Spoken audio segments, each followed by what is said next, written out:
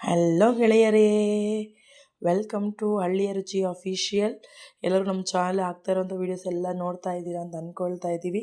ಇವತ್ತಿನ ಈ ವಿಡಿಯೋದಲ್ಲಿ ತುಂಬ ಇಷ್ಟ ಆಗುವಂಥದ್ದು, ಕ್ವಿಕ್ಕಾಗಿ ಮಾಡುವಂಥದ್ದು, ಯಾವುದೇ ರೀತಿಯ ಮಸಾಲೆ ಇಲ್ಲದೆ ಮಾಡೋದನ್ನು ತೋರಿಸ್ಕೊಡ್ತೀನಿ. ಅದೇ ಟೊಮೊಟೊ ಬಾತ್. ಟೊಮೊಟೊ ಬಾತ್ ತುಂಬ ಇದ್ರ ವೇರಿಯೇಷನ್ಸಲ್ಲಿ ಮಾಡ್ಬೋದು. ಅದರಲ್ಲಿ ಒಂದು ನಾನು ಇವತ್ತು ನೋಡೋಣ. ನೆಕ್ಸ್ಟ್ ನಿಮ್ಗೆ ಯಾವ್ದಾದ್ರು ವಿಡಿಯೋ ಬೇಕು ಅಂದರೆ ಕಮೆಂಟ್ ಮಾಡಿ. ಫಸ್ಟ್ ಏನು ಮಾಡಬೇಕು ಅಂದರೆ ಅಕ್ಕಿಯನ್ನು ನೆನೆಸ್ಕೋಬೇಕು. ಫಸ್ಟು ಕ್ಲೀನಾಗಿ ವಾಶ್ ಮಾಡಿಕೊಂಡು, ಇಲ್ಲಾಂದರೆ ನೆನೆಸ್ಬಿಟ್ಟು ಮತ್ತೆ ಬೇಕಾದರೂ ವಾಶ್ ಮಾಡ್ಕೋಬೋದು. ಕ್ಲೀನಾಗಿ ನೆನೆಯೋಕೆ ಇಡಬೇಕು. ನಾವು ಸ್ಟಾರ್ಟ್ ಮಾಡ್ದೆ ನೆನೆಯೋಕೆ ಇಟ್ಟರೆ ಸಾಕು. ಅಕ್ಕಿ ಎಷ್ಟು ನೆಂದರೆ ಅಷ್ಟು ಚೆನ್ನಾಗಿರುತ್ತೆ. ನಾವು ಮಸೂರ ಅಕ್ಕಿಯನ್ನು ತೊಗೊಂಡಿದ್ದೀವಿ, ಅದು ನೆನೆಯೋಕೆ ಬಿಟ್ಬಿಟ್ಟು ನೆಕ್ಸ್ಟ್ ಏನು ಮಾಡ್ತಾರೆ, ಟೊಮೊಟೊ ಮೇಯ್ನಾಗಿದೆ ಅಲ್ವಾ. ಟೊಮೊಟೊ ಬಾತ್ಗೆ ಟೊಮೊಟೊ ಸ್ವಲ್ಪ ಜಾಸ್ತಿ ತಗೊಳ್ಳಿ. ಹುಳಿ ಟೊಮೊಟೊ ಸ್ವಲ್ಪ ಕಮ್ಮಿ ತಗೊಳ್ಳಿ. ಹುಳಿ ಕಮ್ಮಿ ಇರುವಂಥದ್ರೆ ಸ್ವಲ್ಪ ಕಮ್ಮಿ ತೊಗೊಂಡ್ರು ಓಕೆ.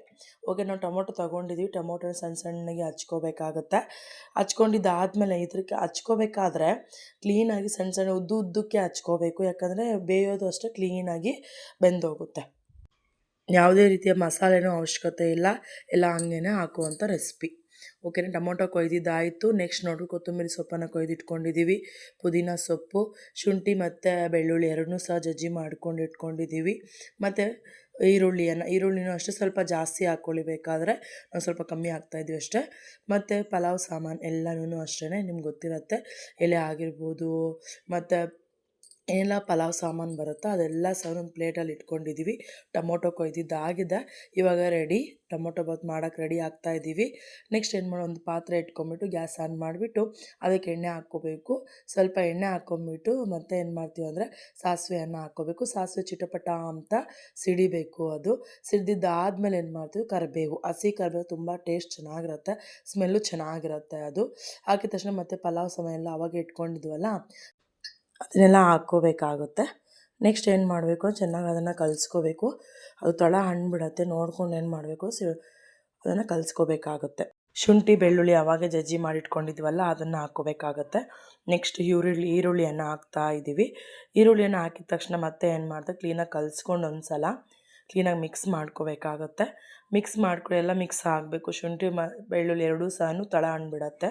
ಅದಕ್ಕೋಸ್ಕರ ಅದನ್ನು ಬೇಗ ತಳ ಹಣ್ಬಿಡತ್ತೆ. ಅದಕ್ಕೋಸ್ಕರ ಮತ್ತೆ ಏನು ಮಾಡ್ತಾಯಿದ್ದೀವಿ ಅಂದರೆ ಕಲಿಸ್ಕೊಂಬಿಟ್ಟು ಈ ಮೆಣಸಿನ್ಕಾಯನ್ನು ಹಾಕ್ಕೊತಾ ಇದ್ವಿ. ಮೆಣಸಿನ್ಕಾಯಿ ಬೇಗ ಸ್ಕಿಪ್ ಮಾಡ್ಬೋದು, ಬಟ್ ಮೆಣಸಿನ್ಕಾಯಿ ಇದ್ದರೆ ಸ್ವಲ್ಪ ಟೇಸ್ಟ್ ಚೆನ್ನಾಗಿರುತ್ತೆ ಅಂತ ಅಷ್ಟೇ. ಟೇಸ್ಟ್ಗೆ ನಾವು ಮೆಣಸಿನ್ಕಾಯಿ ಹಾಕ್ತಾಯಿದ್ದೀವಿ. ನೆಕ್ಸ್ಟ್ ಟೊಮೊಟೊವನ್ನು ಹಾಕ್ತಾಯಿದ್ದೀವಿ.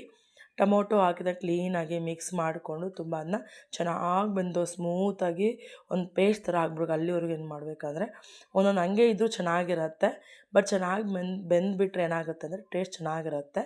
ಅದು ಸ್ವಲ್ಪ ಬೇಯೋದಕ್ಕೆ ಚೆನ್ನಾಗಿ ಸ್ಮೂತ್ ಆಗಿಬಿಡ್ಬೇಕು ಅಂದರೆ ಉಪ್ಪು ಮತ್ತು ಅರಿಶಿನ ಪುಡಿ ಹಾಕಿದ್ರೆ ಏನಾಗುತ್ತೆ, ಬೇಗ ಬೆಂದೋಗ್ಬಿಡತ್ತೆ ಕ್ಲೀನಾಗಿ. ಮತ್ತು ಏನು ಮಾಡಬೇಕು ಅಂದರೆ ಪುದೀನ ಸೊಪ್ಪು ಅವಾಗ ಕಟ್ ಅದನ್ನು ಸ್ವಲ್ಪ ಹಾಕ್ಕೋಬೇಕಾಗತ್ತೆ. ನೆಕ್ಸ್ಟ್ ಏನು ಮಾಡಬೇಕು ಅಂದರೆ ಕೊತ್ತಂಬರಿ ಸೊಪ್ಪು, ಕೊತ್ತಂಬರಿನೂ ಅಷ್ಟೇ ಹಾಕ್ಕೊಂಡು ಏನು ಮಾಡಬೇಕು, ಕಲಿಸ್ಕೋಬೇಕು. ಇನ್ನೊಂದು ಸಲ ಕಲಿಸ್ಕೊತಾ ಇರಬೇಕು.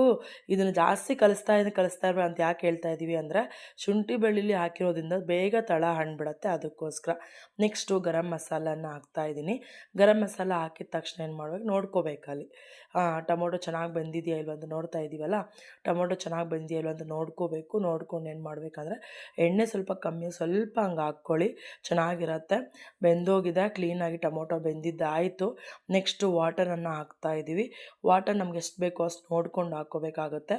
ಅಕ್ಕಿ 1 ಲೋಟ ತೊಗೊಂಡ್ರೆ ನೀರನ್ನು 2 ಲೋಟ ತೊಗೋಬೇಕಾಗುತ್ತೆ. ನೆಕ್ಸ್ಟ್ ಖಾರದ ಪುಡಿ ಹಾಕ್ಕೊತಾ ಇದ್ದೀವಿ. ನೆಕ್ಸ್ಟು ಧನಿಯಾ ಪುಡಿ ಹಾಕ್ಕೊಂಡು ಚೆನ್ನಾಗಿ ನೀರನ್ನ ಕುದಿಯೋಕ್ಕೆ ಬಿಡಬೇಕು.